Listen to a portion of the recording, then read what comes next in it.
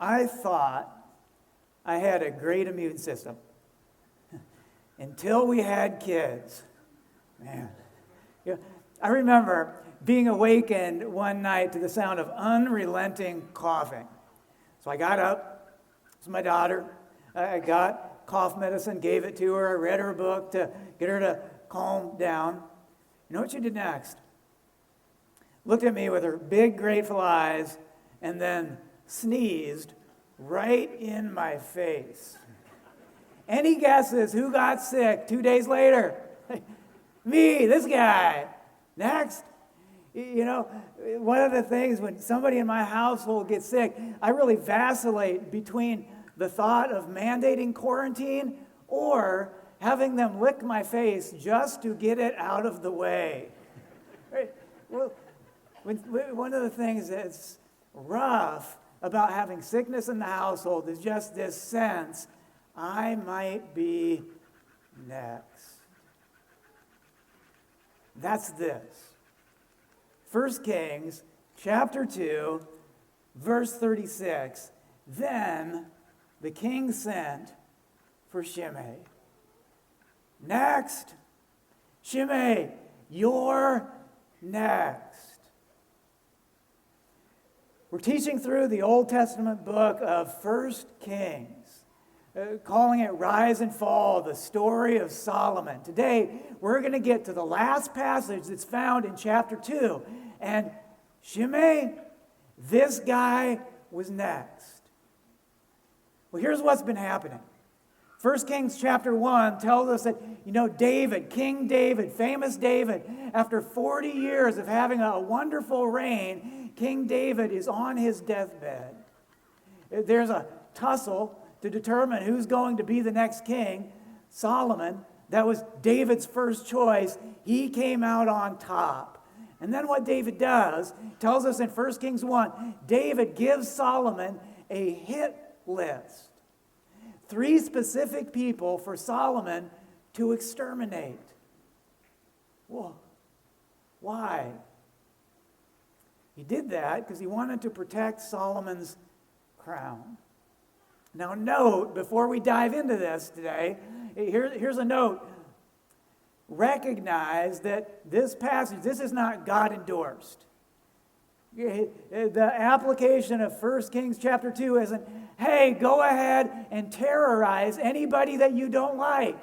No, that's not what God is saying. This is one of the passages in the Bible that we would refer to it as a God-described passage. He's telling us what happened. But it's not God-endorsed. There's a big difference. So 1 Kings chapter 2 is often ignored. It's kind of easier just to pretend this isn't in here, but it is in here. It's often ignored because 1 Kings chapter 2 gives us the lurid account of Solomon taking out these 3 guys. What we believe it's in here for a reason. And that if we dig in there, that God will show us the why. Well, first person on this hit list, Adonijah. We looked at him a few weeks ago. He's on the hit list because he attempted to usurp Solomon's power and crown himself as the king. Chapter 2, verse 25. So King Solomon gave orders to Benaiah, son of Jehoiada, and he struck down Adonijah and he died. That's one. Who's next? Well, Joab, the commander of David's army. He's on the hit list because he backed the wrong horse. Joab, he endorsed Adonijah as king. Verse 34. So Benaiah, son of Jehoiada, went up and struck down Joab and killed him. 2 down. Next. One person left on this hit list that David gave to Solomon. Verse 36. Then the king sent for Shimei. Next. He saw what happened. He saw what happened to these first 2 guys. I imagine that Shimei, when he got called into the king, he probably was experiencing some of the same feelings I did after, my kid sneezed on me. Right? Next. I'm going to be next. Have we gotten to that time in the school year yet where you want to just take your kid and all their belongings and just dunk them in a vat of sanitizer? That day will come. It'll come. Next. Here's what's going on. Adonijah, dead. Joab, dead. And as Shimei is brought to Solomon's throne, he is shaking like a leaf. Hear what Solomon says. Verse 36 and 37. Build yourself a house in Jerusalem and live there, but do not go anywhere else. The day you leave and cross the Kidron Valley, you can be sure you will die. Well, Shimei, this guy didn't appear to be much of a threat, and so Solomon gave him an out. Reading along, we're saying, wow, thank you. Finally, in 1 Kings, we get a place where we say, this is something we would expect to get in the Bible, right? Mercy and grace and forgiveness. Yay! Not the end of the story. A couple verses later, we get to this, verse 39. But 3 years later, 2 of Shimei's slaves ran off to Achish, son of Maacah, king of Gath. So Shimei, this guy had some servants, and their servants, well, they didn't like what was going on, so they left. They're heading out. Shimei, he didn't approve, didn't give them any PTO, and so he goes after them, violating his probation. Solomon finds out about this, and here's what he says to Shimei, verse 44. You know in your heart all the wrong you did to my father David. Now the Lord will repay you and your wrongdoing. Well, as I'm just reading through the Bible here, I get to this point and I say, huh? What wrongdoing? What is it that Shimei did to David? See, I think one of the things we recognize is we are missing some information. We are missing a very important piece of information. If we want to understand what's going on in 1 Kings chapter 2, well, we need to back up. We need to get the full story. We need to back up many years. The full story is in the Bible. It actually is found in 2 Samuel 16. 2 Samuel 16, David, he was the king. But in chapter 16, he was at rock bottom. Lowest point in David's life.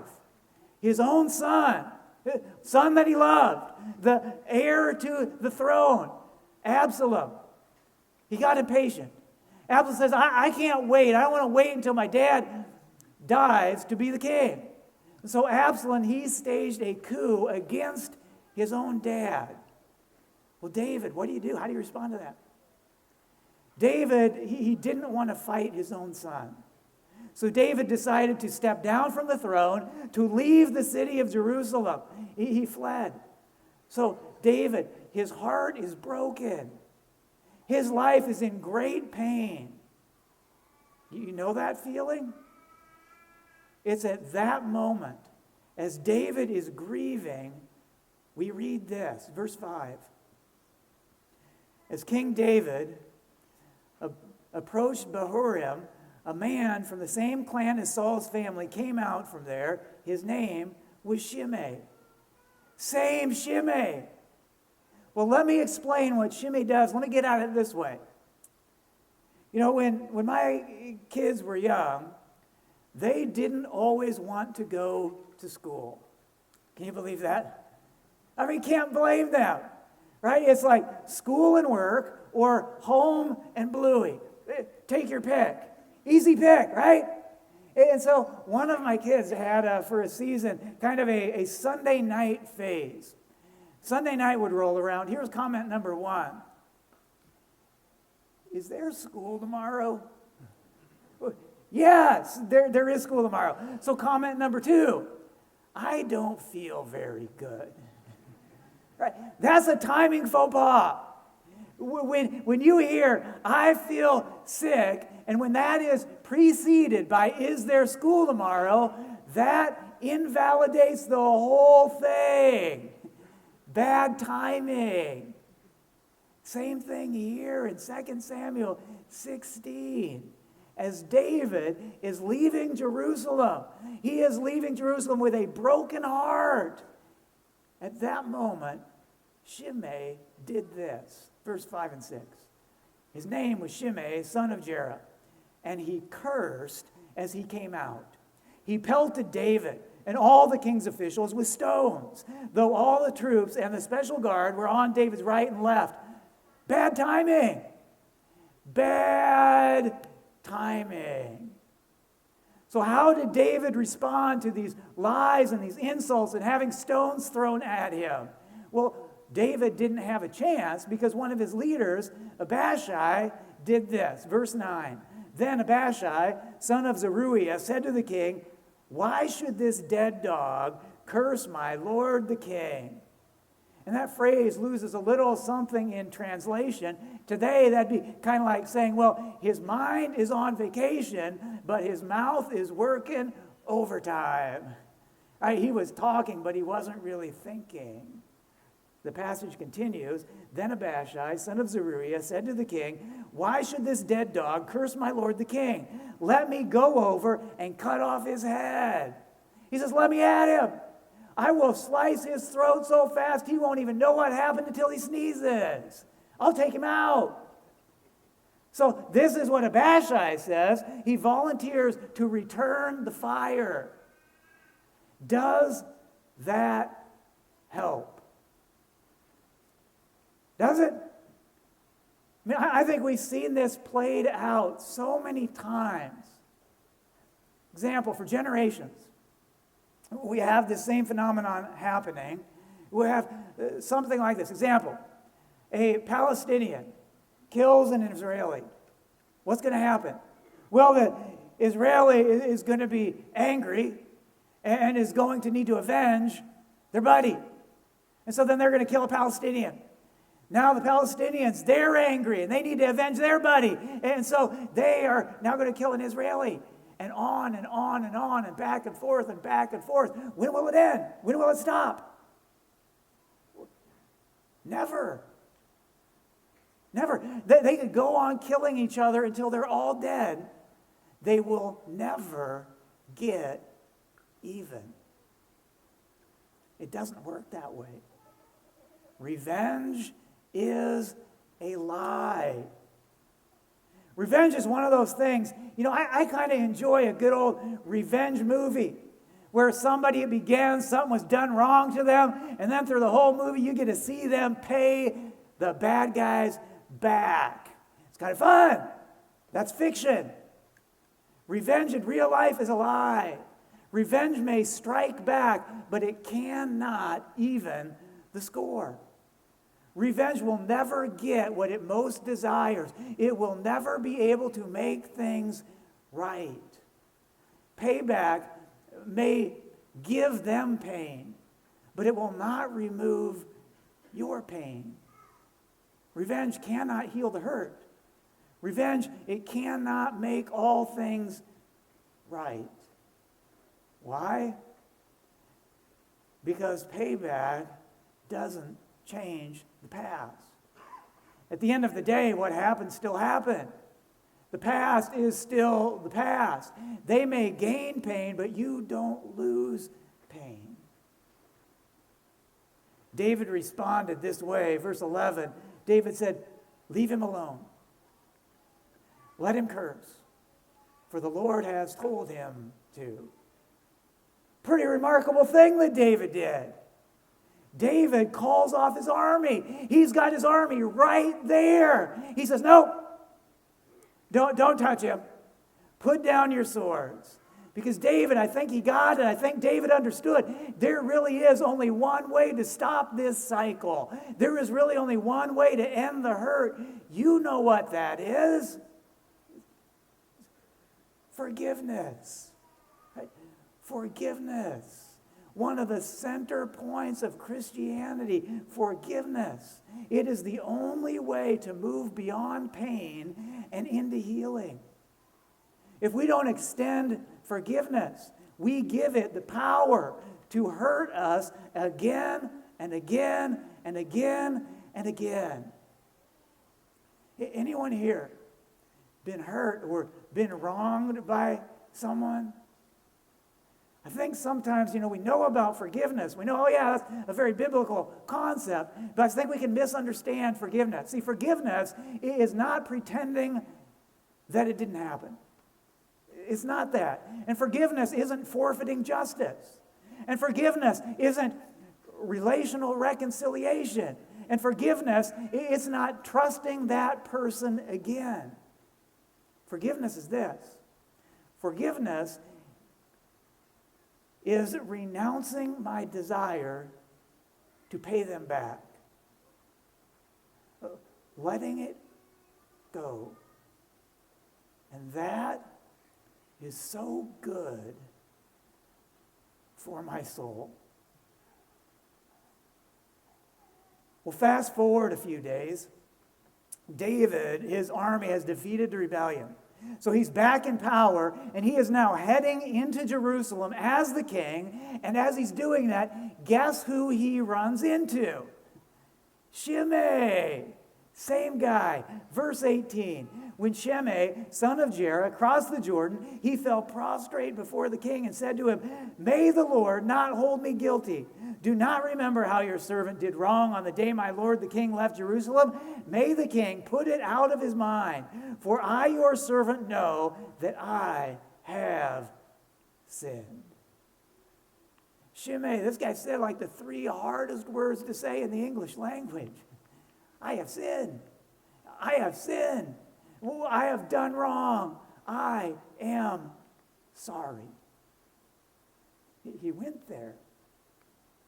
Well, David's men, here's what they said. Verse 21, shouldn't Shimei be put to death for this? He cursed the Lord's anointed. David's response, next verse. Should anyone be put to death in Israel today? Don't I know that today I am king over Israel? So the king said to Shimei, you shall not die. And the king promised him on oath. Forgiveness. Did Shimei, did he deserve that? No. Shimei, he insulted the king. He threw rocks at the king. But David still forgave him. Didn't deserve that, but he still received that. You know, when it comes to Jesus, you and I, we can get rather self-absorbed. Yes, Jesus did die on the cross for your sins, but not just yours. There's not a single person in this room. There's not a single person in this world, no matter how malicious, no matter how heinous their sin, that if they went to Jesus and said, Jesus, I have sinned. I am sorry. I want to change. I want to follow you. Will you forgive me? Not one person that Jesus would respond by saying no. Not one. Not you, not me, not them. Ephesians, puts it, this way. Chapter 4, verse 31 says, get rid of all bitterness, rage and anger, brawling and slander, along with every form of malice. Read the rest of this passage with me. It says, be kind and compassionate to one another, forgiving each other, just as in Christ God forgave you. And I think that this is God's way of saying to us, okay, let's apply what we've just heard here in 1 Kings chapter 2 and ask the question, how about me? Are there any Shimeis in my life? I see the one in David's, but how about me? How about my own? Well, let's check. I think one of the ways we can check is just by asking a few questions. Let me start with this one. Who do you hope to never see again? Or who do you find yourself having imaginary conversations with? Who do you secretly want to pay back if you could get away with it? Is there anyone that you would kind of like to see fail? Is there anyone that you'd actually be happy if they put on 100 pounds? Yeah. See, those are the people. That's the way to find the Shimeis in your own life. poke around in every area of your life. Friends, family, ex-girlfriend, ex-boyfriend, ex-husband, ex-wife, deceased parents, co-workers, coaches, bosses. I know doing this kind of thing, I know it's no fun, but it is important.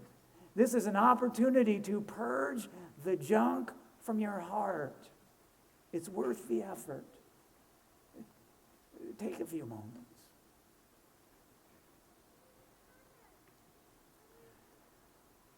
If all you do is read 2 Samuel chapter 16, here's what you come away with. David is the man. If all you do is read 2 Samuel 16, you'd be like, oh, David, this guy, what a hero. Look at what he was able to do. What David did in 2 Samuel 16. He was big enough. He was spiritual enough to forgive the man who hurt him. We see that in that chapter and think, wow, David, what a guy. But we keep reading. And in 1 Kings, we realize that is not the end of the David Shimei story. Years later, David is on his deathbed. 1 Kings chapter 2 records David's very last words on earth. You know what David's last words on earth were? I think, maybe David had a blessing for his son, the new King Solomon. Nope. Maybe David's last words, maybe he created another psalm. Nope. Maybe David's last words were praising the Lord. Lord, I praise you for your faithfulness. Thank you for being faithful to me. Thank you for your protection. Thank you for your provision. No, that's not the last words of David. Take a look. 1 Kings chapter 2, verse 8. David says, and remember, you have with you Shimei, son of Jerah, the Benjamite from Bahurim, who called down bitter curses on me the day I went to Mahanaim. That's Shimei. Same dude. Remember him? Well, decades later, David sure did. Last recorded words of the beloved King David, right here, verse 9. He said, do not consider him innocent. You are a man of wisdom. You will know what to do to him. Bring his gray head down to the grave in blood. What? Did you know that was in here? You may know about David. You may know the story about David and Goliath. You may know the story about David and being a man after God's own heart. You may know David. Yeah, he's one of the heroes of the Bible. But did you know this biblical hero ended his life with these words, bring his gray head down to the grave in blood? What do we do with that? Well, the most common thing is to ignore it. That's why you're probably not very familiar with this part of the Bible. We typically just don't go there, but it's in here. Other option is this, is to recognize, well, God's got this in here for a reason, and he's showing us something about forgiveness. I think it's easy to talk about forgiveness. We all know this topic, right? When it comes to Christianity, we're like, yeah, we know. God forgives us. We're supposed to give for other people. I think when we dig deep into a passage like this, we see some deeper dynamics of forgiveness at work. I think we can recognize forgiveness. Here's what we see with David. It is an easy thing to say, but it can be a very difficult thing to live. David, years earlier, looked like he had forgiven Shimei. But he really never let it fully go. Why? Well, I think it's because you and I, we aren't microchips. We can't just press the delete button and then presto, gone forever. It doesn't work that way. We have feelings and we have memories. We can forgive, but quite honestly, I don't think we can forget. It comes back, right? Again and again and again. See that? That's what's happening here. That's what's happening with David. Does that happen with you? Because it does happen with me. I can talk a pretty good talk when it comes to forgiveness. I know the Bible tells us to do that, but I'll also say this. I don't forget. Those memories, well, they're still there. What do we do with that? Well, in the Bible, forgiveness is never presented as a feeling. It's always a decision. It's always a choice. It's always an act of the will. Forgiveness is a gift that is given in spite of what we feel. We don't follow our feelings. We lead our feelings. That's hard. How can we do that? Well, interesting thing. Bible talks about forgiveness a lot. That doesn't surprise anyone, right? But when God talks about forgiveness, he doesn't just say, hey, forgive, you guys. You know, this is a good thing to do. No, he actually shows us how. He knows this isn't going to be an easy thing for us. So not only does he encourage us to do it, he says, okay, I'm going to show you how to do this.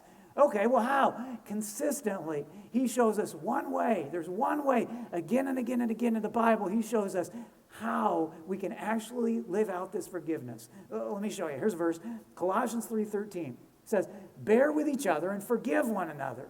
If any of you has a grievance against someone, we say, yeah, right, that's something I'd expect to see in the Bible. Now how? How do I actually do that? How do I live it out? Well, the passage continues. Forgive as the Lord forgave you. Okay, that's how. Here's another. Ephesians 4:31-32. Get rid of all bitterness, rage, and anger, brawling, and slander, along with every form of malice.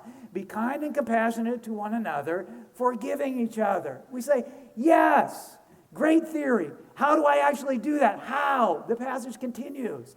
Be kind and compassionate to one another, forgiving each other, just as in Christ God forgave you. How? How do we do this? Well, here's what the Bible shows us. It says, recognize our own need to be forgiven. If we want to be able to forgive other people, it starts recognize our own need to be forgiven. Be honest about where we've messed up. Be honest about how we've hurt God. Be honest about how we have hurt other people. And then remember his response. Cross. That's how God responded. He didn't make us pay. He paid. He made the sacrifice. See, what the Bible is teaching when it's showing us how to forgive, it's saying, well, let Jesus fill us with his love and his grace and his forgiveness so that we can love and forgive others in the same way that he has done that for us. The sacrifice of Jesus, it doesn't just forgive our sins. It also gives us the power and the strength to forgive others. To focus, not just on what has been done to me, but also on what has been done for me. In light of the cross, forgiveness is a gift of grace from one undeserving soul to another.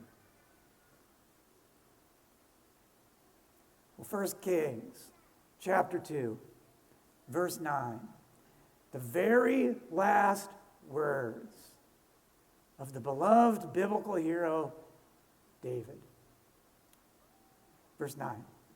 David said, do not consider him innocent. You are a man of wisdom. You will know what to do with him. And just in case you don't know what to do with him, I'll tell you what to do with him. This, bring his gray head down to the grave in blood. I think that's kind of tragic. David didn't end that great. David used his very last breath to order Shimei's death. This is years later. David, he never let that go. Do you want to do life like that? David was a good dude, but he was never able to get over it. You want to do life like that? Because I don't. We're human. You may forget and the memories may fade, but they are not completely erased. When the memories recur and those old feelings and emotions, well, they come back. What do? Typically, one of two things. We either reopen the case and hold on to the offense. That's what David is doing here in this passage. Or the other common option is just to ignore it. Say, I'm going to block that out. I'm not going to think about that. I'm going to divert my thought life elsewhere. I'm going to just sweep that under the rug. Let me recommend a third way that may surprise you. When these memories of past hurts flood your mind, go ahead and face them. Allow yourself to remember. Allow yourself to remember the incident. It's even okay to feel the emotion that those memories stir up. But instead of using that to reopen the case against your offender, use that as an opportunity to renew your mind, to remember. Yeah, I've made mistakes. To remember how God responded to you. To remember Jesus' sacrifice. To remember God's grace. To remember how you have been fully forgiven. Your memories are not your enemies. When we renew our mind, our memories, even our very most painful memories, can be reminders of God's love, God's grace, and God's healing power in our life. That's a better way. Let's close by reading the passage from Colossians 3 together. I'll start. As God's chosen people, holy and dearly loved, clothe yourselves with compassion, kindness, humility, gentleness, and patience. Join me. Bear with each other and forgive one another. If any of you has a grievance against someone, forgive as the Lord forgave you. And over all these virtues, put on love, which binds them all together in perfect unity. Let the peace of Christ rule in your hearts, since as members of one body you were called to peace, and be thankful.